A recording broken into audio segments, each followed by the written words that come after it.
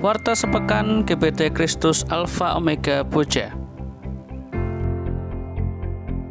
Ibadah keluarga Minggu setiap hari Minggu serentak dimulai 7:30.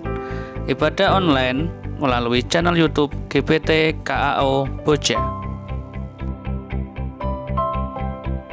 Ibadah sekolah Minggu online setiap hari Minggu dengan link yang akan dibagikan oleh guru sekolah Minggu.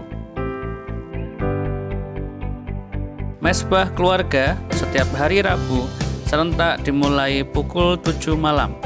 Ibadah online melalui channel YouTube GBT KAO Boja. Doa akhir pekan bersama keluarga setiap hari Sabtu serentak dimulai pukul 7 malam. Pembacaan dan renungan akan dibagikan melalui WhatsApp group. Penyaluran kolekte atau persembahan mingguan, logistik, dan persepuluhan dapat dibawa ke gereja dengan jadwal setiap hari Minggu pukul 9 sampai 8 malam atau melalui rekening berikut ini.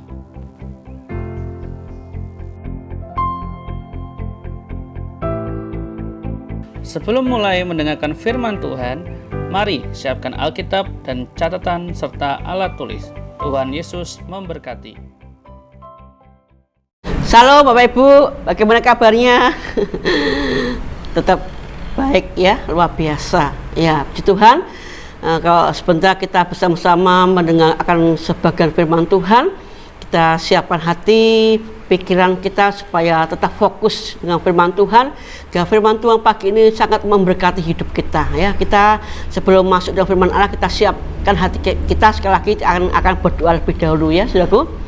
Terima kasih Bapak yang surga, kami sungguh bersyukur kalau pagi ini kami boleh masih sempat mendengarkan sebagian akan firman-Mu, yaitu kebenaran dalam hidup kami Bapa.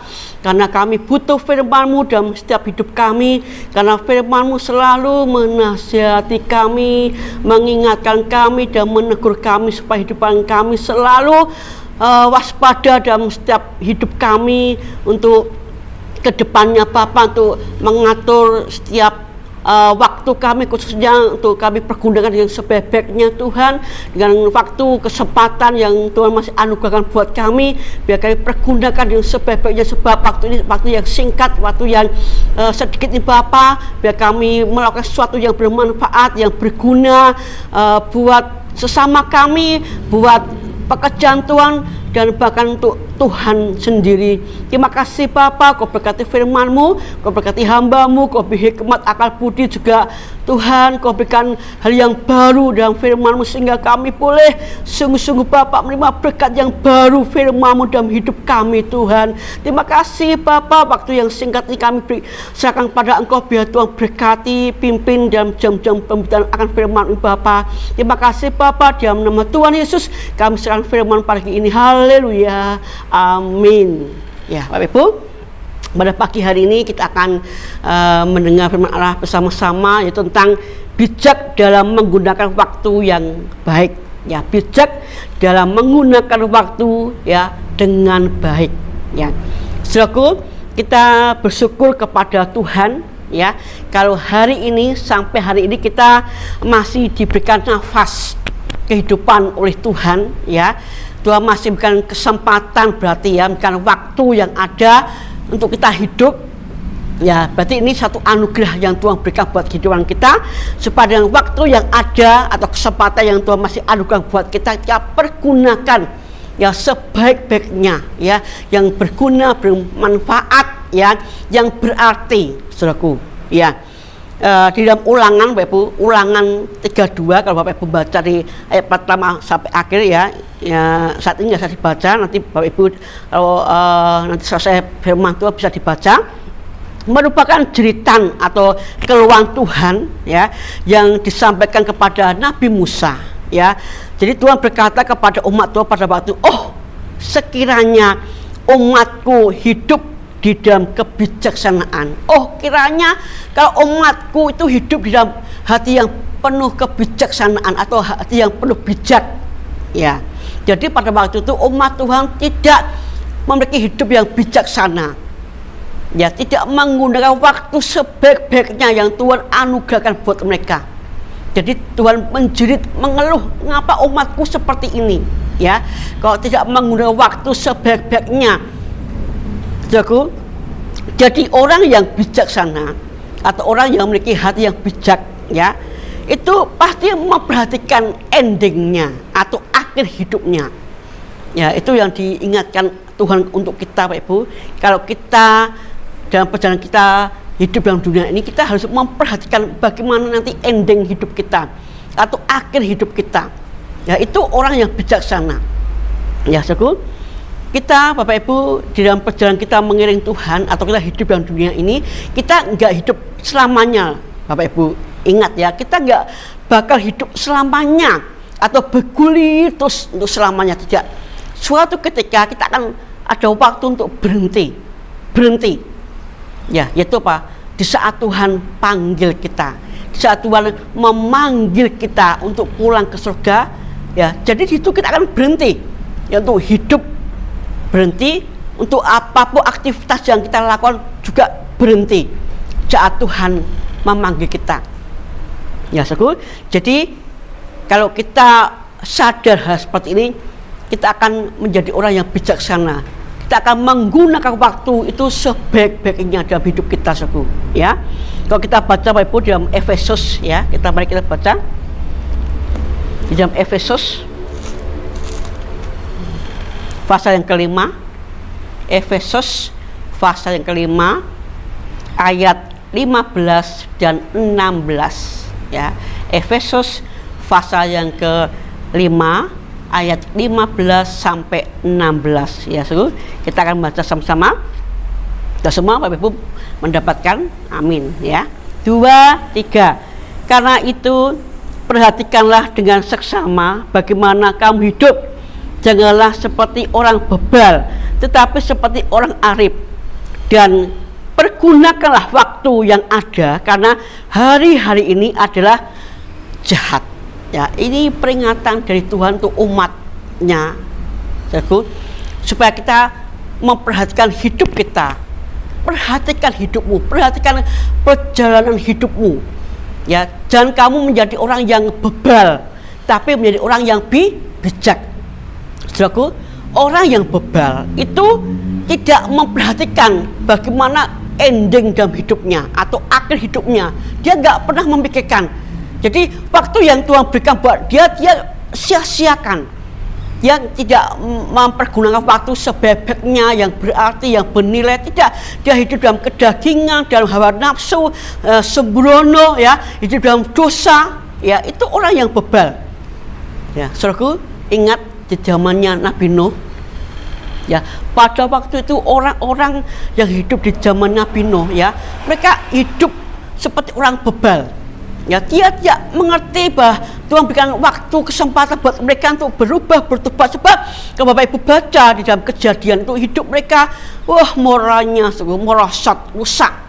Sampai Tuhan lihat dari atas ya, dia akan membinasakan orang-orang yang hidup di zamannya Nabi Nuh. Mereka akan dihapus, dihanguskan atau dibinasakan dengan air bah ya, karena mereka tidak bisa menggunakan waktu yang Tuhan berikan, tidak punya hati yang bijak ya, sehingga Tuhan menghukum mereka dengan air bah.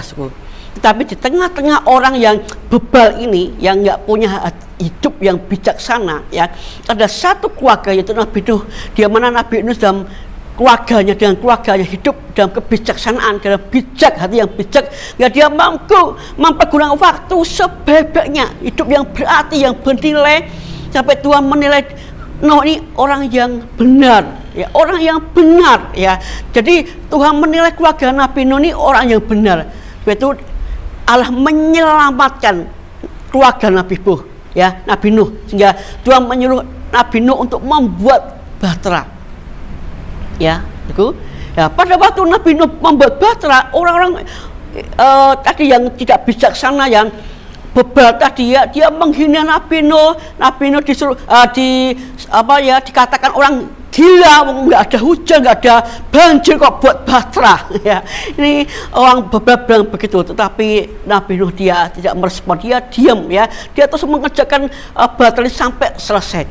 Pada waktu sudah selesai, Nabi Nuh berikan kesempatan sekali lagi untuk orang-orang pada waktu itu untuk berubah, bertobat, untuk masuk ke dalam baterainya, tapi mereka tidak mau, mereka menolak, ya, dia menolak, ya. Pada waktu itu Tuhan menutup pintu bahtera itu, ya, kapalnya Nabi Nuh lalu mulai berapa waktu, hari Minggu, hujan mulai turun, ya. Mereka setelah hujan nggak berhenti selama 40 malam, mereka baru sadar, mengetok kapalnya Nabi Nuh. Nabi Nuh buka, ya, tetapi terlambat, ya. Waktu yang diberikan oleh Tuhan dipergunakan dengan sia-sia, ya. Pada waktu Tuhan menghukum mereka terlambat. Pada waktu Nabi Nuh berikan kesempatan untuk mereka kedua kalinya, mereka menolak, nggak mau meresponi. Itu juga artinya Tuhan memberikan kesempatan untuk mereka untuk berubah, untuk bertobat dari cara hidupnya mereka yang bobrok, gitu, ya. Tapi mereka sungguh tidak menghargai penawaran Tuhan pada waktu itu, ya. Jadi pada waktu itu hidup mereka semua dibinasakan, ya. Tidak ada satu yang hidup, ya. Bapak Ibu, kita harus memiliki kehidupan, memikirkan bagaimana akhir hidup kita.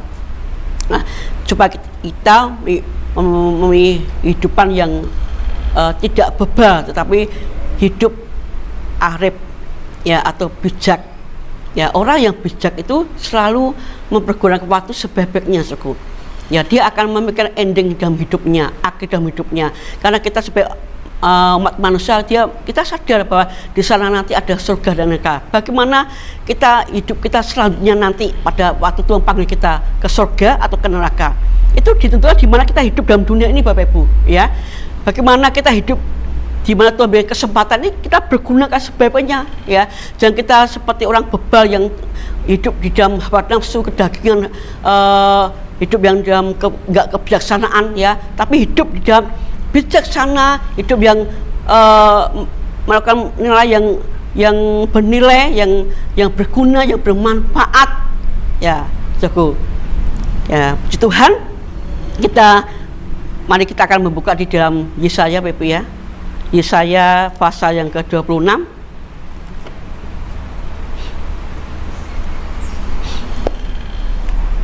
Yesaya pasal yang ke-26 ayat yang ke-9, ya.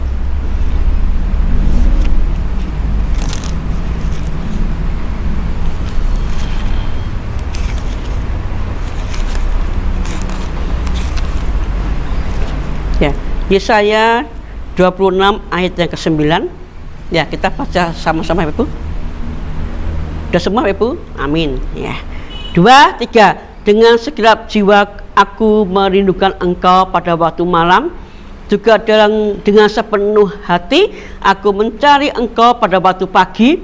Sebab apabila Engkau datang mengagumi bumi, maka penduduk dunia akan belajar apa yang benar. Amin. Jadi, saudaraku, dalam sepanjang kehidupan kita sebagai orang Kristen atau orang benar, ya, kita selalu menanti-nantikan atau memiliki hati yang rindu atau merindukan, punya hasrat, ya, tentang kedatangan Tuhan yang kedua kali. Dan orang-orang percaya dalam Kristus yang setia harus merindukan dan berdoa tentang kedatangan kembali Tuhan untuk mereka, ya, di saat mereka mengalami pengangkatan, ya, dari bumi ini, supaya dapat bersama dengan Dia untuk selama-lamanya. Ya, jadi orang-orang yang setia di dalam Tuhan, dia tuh selalu merindukan kedatangan Tuhan yang kedua kali. Kapan Tuhan datang kedua kali? Kapan Tuhan kembali untuk menjemput umatnya ya dari bumi ini untuk dibawa naik ke surga. Ya, itu suatu kerinduan hati. Setiap umat Tuhan punya hati yang hasrat yang mendalam dengan Tuhan. Ya, saudaraku. Ya, di ayat tadi dikatakan bahwa pada waktu itu ada pagi dan malam. Ya, pada waktu malam ya jiwaku merindukan engkau. Pada waktu pagi ya hatiku merindukan akan engkau. Ya, saudaraku. Ya, dalam ayat ini berkata sekali lagi, pada waktu malam jiwaku merindukan engkau. Ya, jiwa ini terdiri dari pikiran, perasaan, dan kehendak. Jadi pada waktu malam jiwa kita tuh harus melekat ya dengan Tuhan. Ya, kalau kita punya hati yang merindu akan Tuhan, ya, punya hasrat yang besar dengan Tuhan, maka jiwa kita itu melekat dengan hatinya Tuhan.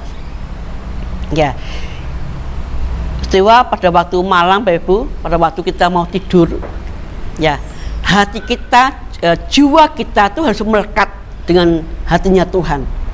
Ya, mengapa Bapak Ibu? Kan kita nggak tahu kapan Tuhan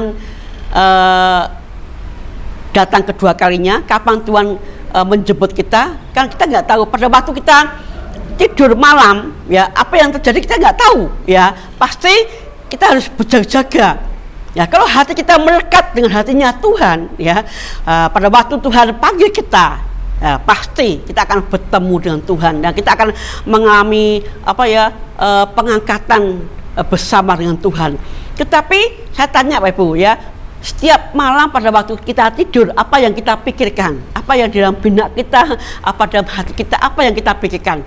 Ya, mungkin masalah, kalau kita punya masalah, mungkin masalah-masalah yang terjadi atas kehidupan kita, ya, masalah keluarga, mungkin masalah ekonomi, ya, kita yang belum kita selesaikan, ya, pasti di angan kita, di benak kita, ya. Apa mungkin kita punya hati yang dendam, hati yang benci, hati yang menyimpan akal kepahitan dengan orang lain, ya, pada waktu malam, gitu ya.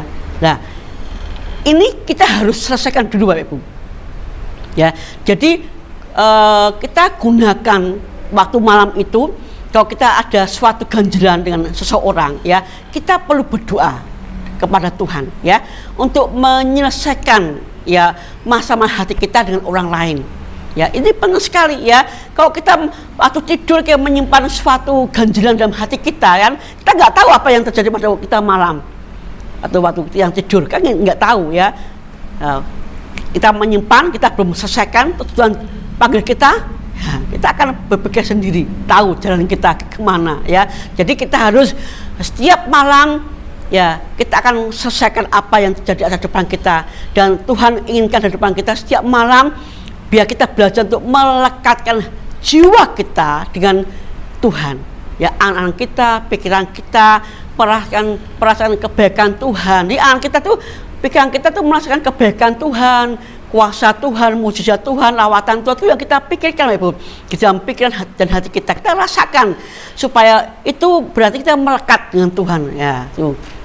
Ya, dan itu juga dikatakan bahwa dengan sepenuh hati, yaitu roh, spirit, ya, aku mencari engkau pada waktu pagi. Jadi pada waktu pagi-pagi dengan roh kita mencari wajahnya Tuhan, ya, di dalam sembahyang tentunya, dalam penyembahan, dalam pujian, ya, itu kita angkat roh kita, spirit kita untuk kita bersekutu dengan Tuhan. Nah, puji Tuhan, amin, ya. Tujuan khotbah pagi ini, gunakan waktumu untuk mencari hal-hal yang kekal dengan roh dan jiwamu. Ya, coba kita baca dalam Pengkhotbah, Ibu, ya. Pengkhotbah, ya, Pengkhotbah pasal yang ketiga. Pengkhotbah pasal yang ketiga ayat 1 sampai 15. Pengkhotbah, ya, tunggu Ibu sampai dapat, ya, perjanjian lama. Pengkhotbah pasal 3 ayat 1 sampai 15. Tapi ini enggak kita baca semua, Ibu. Saya akan mengambil beberapa ayat aja ya. Kita membaca di dalam ayat 9 Ibu. Ayat 9 ya. Ini membahas tentang masalah waktu ya, waktu. Ya, kita baca ayat 9. Apakah untung pekerja dari yang dikerjakannya dengan berjerih payah? Ya, saya ulangi. Apakah untung pekerja dari yang dikerjakannya dengan berjerih payah? Ya, jadi apa keuntungan ya yang dicari sampai berjerih payah, berlelah-lelah ya, orang yang bekerja ya sampai dari pagi sampai sore, pagi sampai malam ya, lembur-lembur ya, mereka berjerih lelah, berjerih payah ya, sampai mereka mencari berlebih-lebihan. Ya, jago, ingat dalam hidupan manusia kan kalau sudah kita bisa makan, bisa minum, bisa berpakaian, dan kita punya rumah kan cukup ya, cukup dan cukup. Tuhan pun juga bilang begitu, kalau kita bisa makan, minum, berpakaian dan punya rumah tuh cukup dan cukup ya. Mengapa kok manusia tuh inginnya berlebih-lebih gitu ya, ya sudah punya rumah pengen rumah lagi ya, ya punya mungkin mobil satu beli mobil lagi ya, sudah mungkin jutaan di bank uang kita, masih lagi kita bekerja sampai bermalam-malam lembur ya, sampai berjerih lelah, kepala jadi kaki, kaki jadi kepala. Itu manusia tuh, berlelah-lelah, berjerih payah, dia mencari berlebih-lebih. Ya, saudaraku, ingat ya, yang menjadi pertanyaan kita Bapak Ibu, apakah hasil pekerjaan itu bertahan sampai kekal, ataukah kita bekerja sampai berjerih lelah, lalu finishnya, endingnya ya itu kematian gitu. Kan manusia tadi saya katakan hidup ini kan nggak bisa bergulir terus Bapak, nggak bisa berjalan terus, kita nggak bisa beraktivitas terus atau bekerja terus. Pada suatu ketika kita akan berhenti di saat Tuhan panggil kita, dan kita renungkan Bapak, kalau kita sudah berjerih lelah ya, sudah punya segala-galanya, kita masih berjerih lelah sampai berlebih-lebih ya, lalu kita meninggal ya, apakah yang kita dapatkan? Tentunya kalau orang bekerja kan daripada uang ya, apa yang kita dapatkan ya? Uang, rumah, mungkin mobil, uang yang berjuta-juta atau ber-mm, atau tanah ladang yang banyak, piaraan kita mungkin punya memelihara ternak-ternak ya, apakah itu semua kita bawa pada waktu kita meninggal Bapak Ibu? Kan tidak ya. Satupun yang kita tadi ya, yang kita cari berlebih-lebih tadi ya, semua akan kita tinggalkan. Tidak ada satupun yang kita bawa Bapak Ibu ya. Kan berarti apa? Kan sia-sia. Kata Pak Khotbah betul, segala sesuatu sia-sia. Mereka bekerja berlelah tapi sia-sia, tidak ada untungnya, kata Bang Khotbah tadi, tidak ada untungnya. Apa keuntungan pekerja itu bekerja? Nggak ada keuntungan, nggak ada hasilnya, nggak ada apa ya faedahnya, karena semua nggak kita bawa sampai ke surga, semua ditinggal di dunia ini. Jago, ya kita harus renungkan hal seperti ini. Ya, jadi orang yang seperti ini dikatakan orang yang bebal, orang yang tidak bijaksana. Ya, sebab menggunakan waktu yang Tuhan berikan buat hidup kita itu dengan hal yang sia-sia ya, duniawi, materi, itu sia-sia, sebab semua nggak kita bawa, kita akan tinggalkan semua dalam dunia ini, dan dunia ini nanti akan dihangus oleh Tuhan dengan api ya. Jadi orang yang bijaksana dalam hidupnya ya, yang Tuhan masih beri kesempatan untuk dia ya, dia akan gunakan sekali lagi waktu sebaik-baiknya ya, dia akan melakukan apa ya, pekerjaan yang bernilai kekal ya, bernilai kekal ya, contohnya ibadah ya. Tadi berarti bekerja secara duniawi, materi ya, kata Tuhan sia-sia, mengubah semua sia-sia. Tapi orang-orang yang bijaksana, dia menggunakan waktu sebaik-baiknya. Waktu ini waktu yang singkat, waktu yang sedikit, karena Tuhan tidak lama lagi akan datang kedua kalinya ya. Jadi waktu yang Tuhan masih berikan buat kita, kesehatan, umur panjang, nafas, mari kita gunakan sebaik-baiknya dengan mencari hal yang kekal. Tadi bilang cari hal yang kekal dengan jiwa kita, dengan hati kita. Ya, contohnya ibadah. Ya, selama mungkin situasi yang seperti ini, Bapak Ibu, di mana sebagian program gereja ada yang ibadah di gereja, ada yang ibadah di rumah, ya, gunakanlah sebaik-baiknya waktu yang Tuhan berikan untuk dengan ibadah. Ya, kalau di rumah ya gunakan setiap hari Minggu ibadah, jangan sampai bolong-bolong, Bapak Ibu ya. Itu hal yang kekal. Ya, ibadah bersama keluarga, bersama suami, istri, anak yang ada, ya. Dengan demikian kita melakukan hal yang bermanfaat, yang berguna, yang kekal, Ibu. Ya, juga pelayanan. Ini juga hal yang kekal, pelayanan. Di mana Bapak Ibu menjadi rekan kerja kami, ya, di mana Bapak Ibu punya talenta, kemampuan, ya, mungkin bisa musik, singer, WL, menyampaikan firman Tuhan, menjadi aser, mungkin multimedia, apapun yang Bapak Ibu punya talenta, persembahkan itu untuk Tuhan, untuk melayani Tuhan. Itu kekal. Karena di dalam 1 Korintus, Bapak Ibu, coba kita baca ya, 1 Korintus. Ya, 1 Korintus pasal yang ke-15.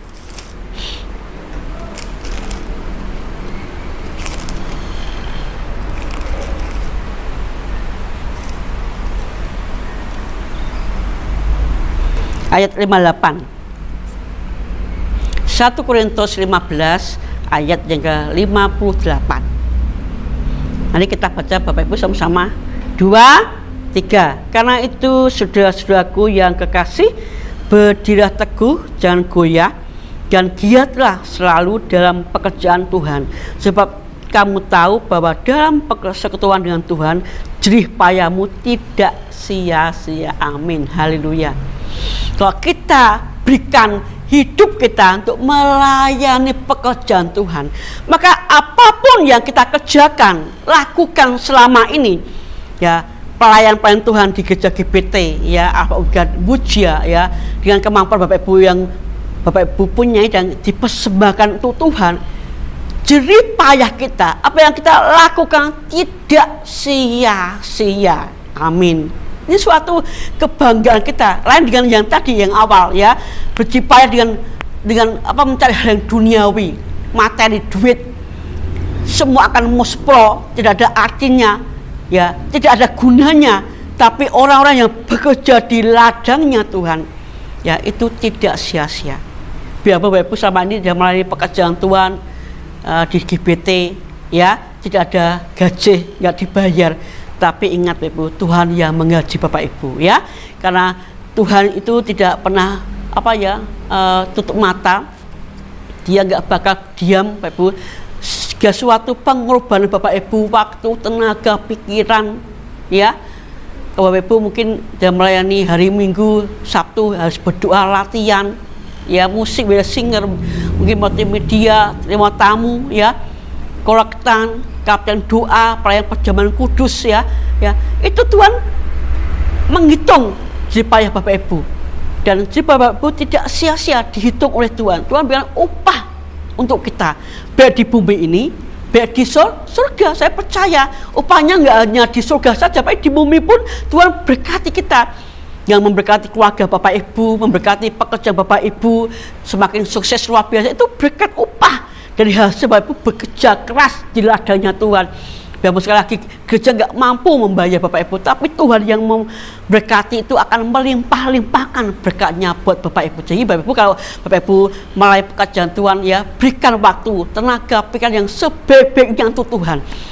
Ya, juga beri di dalam komsel, di kaum wanita, di kompra, di kaum muda, ya, sekolah minggu, ya, kerjakan dengan sungguh-sungguh, dengan mengabdi dengan Tuhan.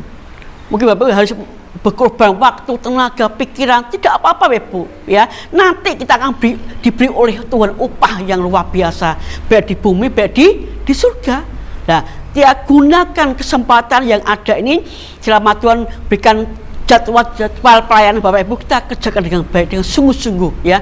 Nggak usah nggak usah banyak alasan Bapak Ibu, ya. Kita harus siap. Oke, Bu Yayu, oke Mas Rema, oke, ya, itu yang Tuhan inginkan dari depan kita. Pasti segala pekerjaan kita tidak akan sia-sia, Tuhan pasti berkati. Nah, juga orang yang bijaksana, dia pergunakan waktu, kesempatan yang luar biasa, dengan apa ya, membagikan apa yang ada di depan kita dengan orang lain. Ya seperti kondisi seperti ini ya. Ya dengan COVID-19 ya, karena dengan adanya ini berdampak dengan ekonomi, keuangan, pekerjaan banyak yang di PHK, dirumahkan, mungkin juga gajinya dibayar separuh, dan mereka semua yang punya keluarga, punya anak ya, mungkin juga suami yang nganggur, itu perlu bantuan kita Pak Ibu ya. Seperti di gereja kita sudah mengadakan aksi sosial dengan dari Bapak Ibu untuk jemaat-jemaat muja yang mungkin perlu diberkati, perlu dibantu ya, perlu dikasih ya dengan berkat yang ada ini ya. Jadi Bapak Ibu yang hari ini mau menyumbangkan sembako, saya sebagai gembala sedang mengucapkan terima kasih ya Bapak Ibu yang sudah mengorbankan sembako yang ada. Dan saya percaya banget Tuhan tidak pernah utang dengan saudara ya. Tuhan nggak pernah diam, Tuhan pasti membalas berlipat kali ganda atas segala perbuatan yang sudah mulia ini untuk saudara kita yang lainnya. Pasti Tuhan membalasnya ya. Bapak itu dengan pengorbanan Bapak Ibu hari ini untuk jemaat Tuhan yang lainnya ya, perlu dibantu juga.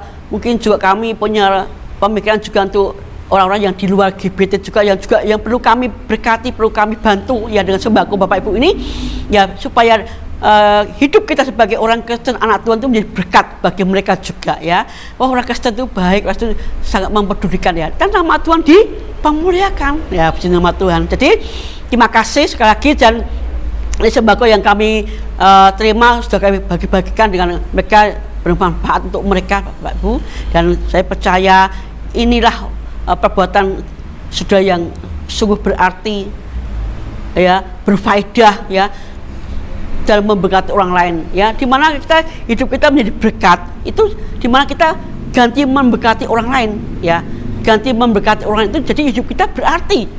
Hidup seseorang yang berarti itu hidup yang memberkati, yang memberi, bukan yang egois, mementingkan diri sendiri ya. Kita punya berkat apalah, uang apa, mungkin sembako banyak, kita maam dewe ya, kita gunakan dewe, tapi tidak mempedulikan orang yang ada di sekitar kita. Ini orang yang egois ya, ini hidup yang nggak berarti ya, sebab hidupnya nggak pernah salurkan berkatnya kepada orang lain. Jadi orang yang tapi orang yang berarti hidupnya itu memberkati orang lain ya. Saya percaya kalau orang-orang yang memberkati orang lain, apalagi orang yang miskin, orang yang papa, orang yang sekeng, itu berarti apa?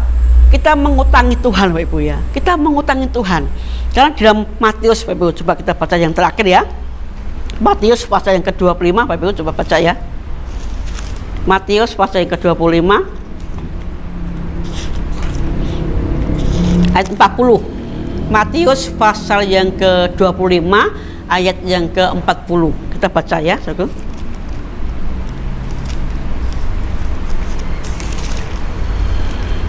Ya, sudah semua Ibu? Amin.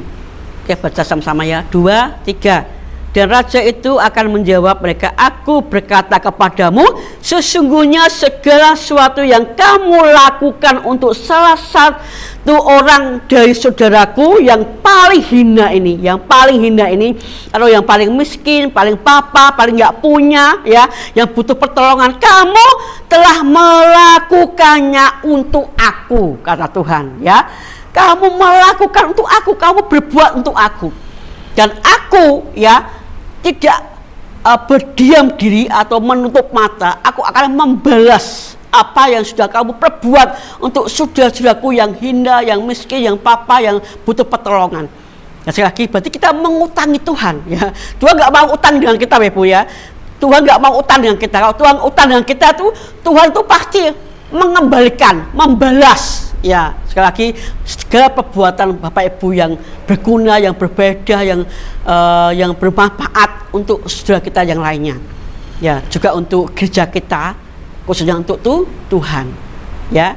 Bapak Ibu, kalau Bapak Ibu diberkati oleh Tuhan ya, sekali lagi bukan hanya saudara kita satu iman, supaya depan kita itu berarti berguna bagi pekerjaan Tuhan, bagi gereja kita ya, dengan persembahan Bapak Ibu ya, baik di gereja, baik di rumah-rumah yang Bapak Ibu bawa ke gereja, itu membantu pekerjaan Tuhan membantu kebutuhan gereja Tuhan itu juga berguna ya.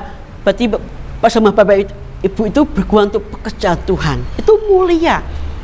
Nah, orang yang menanam ya uang kita untuk Tuhan, untuk pekerjaan Tuhan, untuk pelayanan, berarti kita menabung di surga, Bapak Ibu.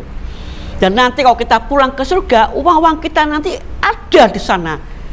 Kata Tuhan, kalau kita menabung di dunia ini, ngengat karat, perampok, pencuri itu mencuri uang kita, ya. Tapi di surga nggak ada yang mengambil, nggak ada yang mencuri, nggak ada yang merampok. Uang kita ada di sana. Nah, ini berarti orang-orang yang bijaksana itu dia mencari dengan roh dan jiwanya dengan hal yang kekal. Ya, termasuk uang-uang Bapak Ibu yang dipersembahkan untuk Tuhan, ya, juga pepulang Bapak Ibu ya untuk Tuhan, itu tidak muspro, tidak sia-sia. Berarti kita menanam modal, menanam uang kita di surga. Jadi segala sesuatu yang Bapak Ibu persembahkan uang-uang Bapak Ibu untuk gereja, untuk misi, pelayanan, penginjilan, itu berarti Bapak Ibu menabung di surga. Itu tidak sia-sia, tidak muspro. Ya, ada manfaat berguna bagi Tuhan, bagi pekerjaan Tuhan di bumi ini. Amin Bapak Ibu.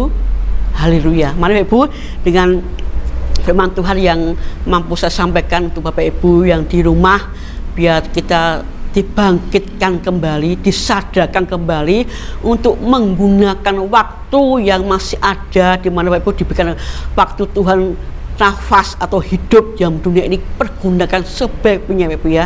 Apa yang Bapak Ibu punya, mungkin tubuh ya, untuk ibadah, uang, kita persembahkan untuk pekerjaan Tuhan, pepulang untuk Tuhan ya.